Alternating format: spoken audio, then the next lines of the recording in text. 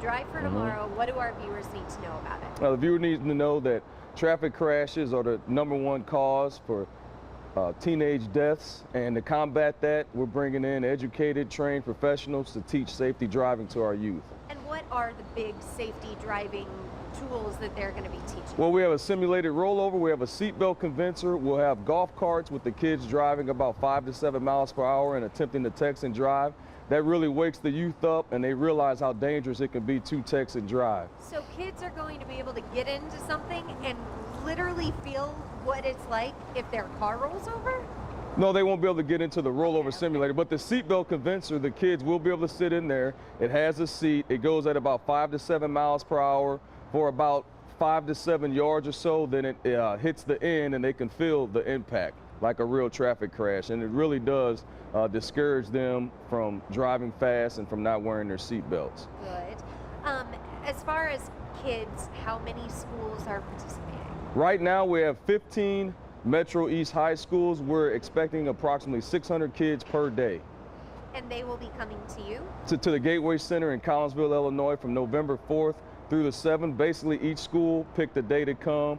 IDOT, Budweiser, and State Farm are funding this event, so they'll have bus transportation, and they're also provided a free lunch. Is this the first time this has ever happened? This is the second year that we have done it, and we've actually, studies have revealed that teenage traffic crashes have reduced since last year. As far as the teen driving deaths going down, do you think that is because of programs like this? I definitely would attribute it to programs like this. It's like a normal school day for the kids. They arrive at 8 a.m., they depart at 3 p.m., and it's nothing but safe driving stations. We have Henderson Trucking donates 2 18-wheelers. Jack Schmidt Ford donates about 5 cars, and Freeze Motorcycle out of O'Fallon donates motorcycles. We position the cars and the motorcycles in the truck's blind spot and actually have the students get up inside the semi to see what the trucker's seeing as they're driving, so they'll know when they get out on our roadways what the trucker's seeing and not to be in their blind spot.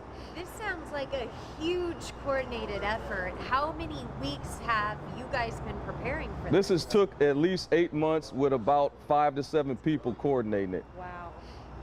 So that really goes to show how much Illinois State Police value teaching kids. Yes, we have troopers coming from all throughout the state that are safety education officers and that are certified to operate, say for instance, the seatbelt convincer and the rollover simulator.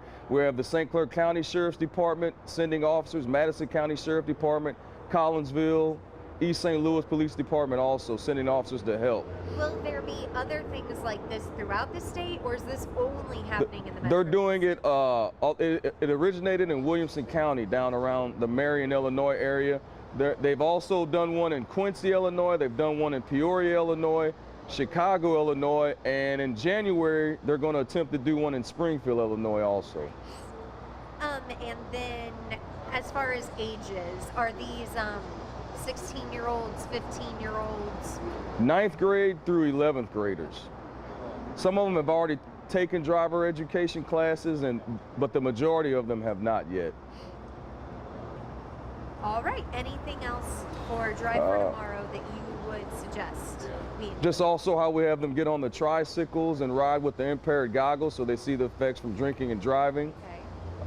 Also, the driving simulators is something new that we did not do last year, and it's really like an arcade game. They sit inside, it has a gas pedal, has a brake, and it simulates, you can just hit distracted driving or drinking and driving, and it really, you know, it has the 4-way stop signs, the stop lights, and it really shows the kids the effects of drinking and driving and distracted driving. And this does not cost taxpayers anything? Does not cost taxpayers anything, does not cost the schools anything, the parents anything. It's completely free, also with the free lunch for all the kids each day.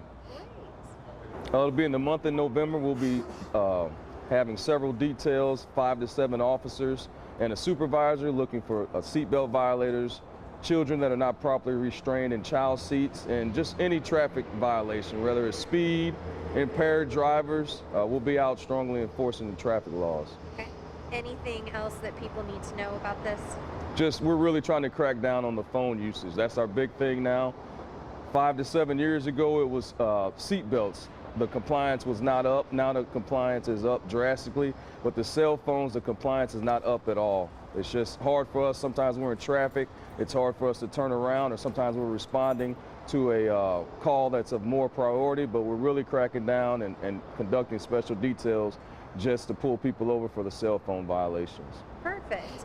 And anything else as far as Halloween night, drinking and driving, are you guys doing? We are having a overtime detail with 5 to 7 officers, 1 supervisor on Halloween night in either St. Clair or Madison County.